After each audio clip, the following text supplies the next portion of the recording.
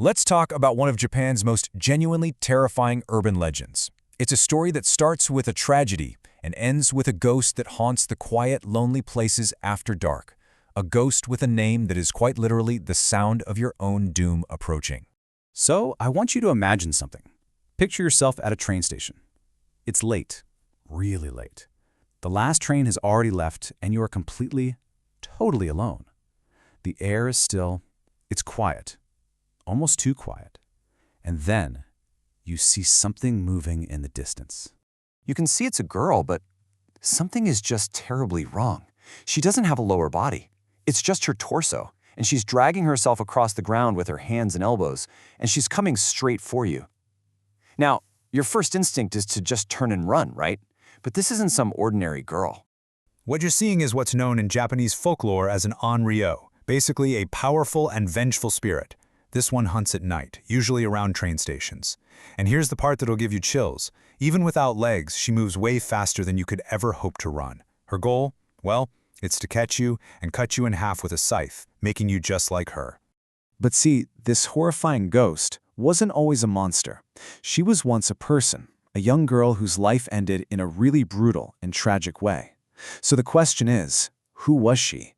Well, before she was the ghost on the tracks, her name was Kashima Reiko. The story goes she was a pretty shy schoolgirl in Japan, the kind of person who mostly just kept to herself. But unfortunately, that quiet nature sometimes made her a target. One evening, some of her classmates, her friends, decided it would be funny to play a little prank on her near the railway. They put a cicada on her shoulder, knowing it would totally freak her out. And yeah, the prank worked, but it went horribly, horribly wrong. Now, this is what's so fascinating about urban legends. The story splits here.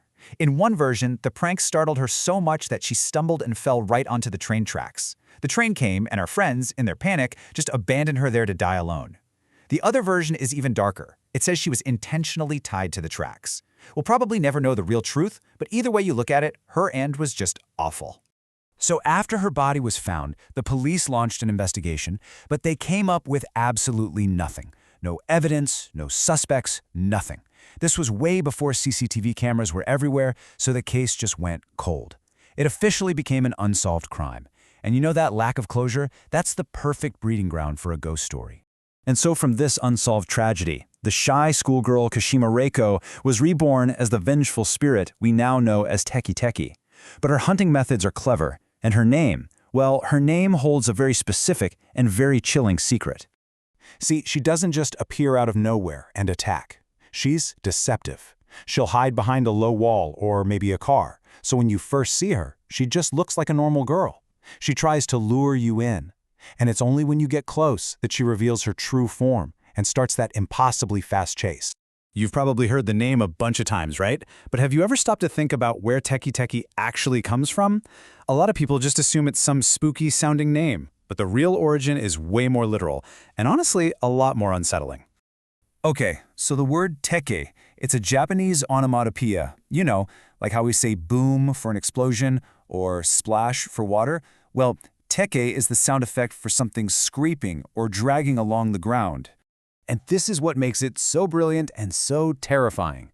When that dragging sound is continuous, teke, teke, teke, teke, as she scrapes her torso along the pavement, chasing you down. That sound is her name. You don't just see her coming for you, you literally hear her coming. Right. So you can't outrun her. What happens then? Is death just inevitable? According to the legend, not always. She gives you one chance. Your fate comes down to a single question. When she finally corners you, she'll stop, look you right in the eyes, and ask, in this chilling voice, "Where are my legs?" And at that moment, your life depends entirely on what you say next. The stakes really cannot be any higher. If you hesitate, if you say, "I don't know," or if you just give any wrong answer, she will slice you in half right then and there. But there is one very specific, correct answer that will save your life. The only correct answer is this. Your legs are on the Mission Expressway. This is supposedly the location where her accident actually happened. If you give her this exact answer, the story goes, she'll be satisfied and will let you go. And hey, if you want to be really authentic about it, you can apparently give another, more cryptic answer in Japanese. Kamen Shisha Masko. It's sort of a weird word puzzle that has to do with masks and death and demons, but for whatever reason, the legend says this one works too. So, like all urban legends that stick around for a long time, there's a warning buried inside all the horror. It's really a chilling reminder about the dangers of being alone in isolated places, and maybe, just maybe, about the timeless consequences of cruelty. But that leaves us with one final, pretty unsettling thought. The whole legend tells you how to survive by answering her question.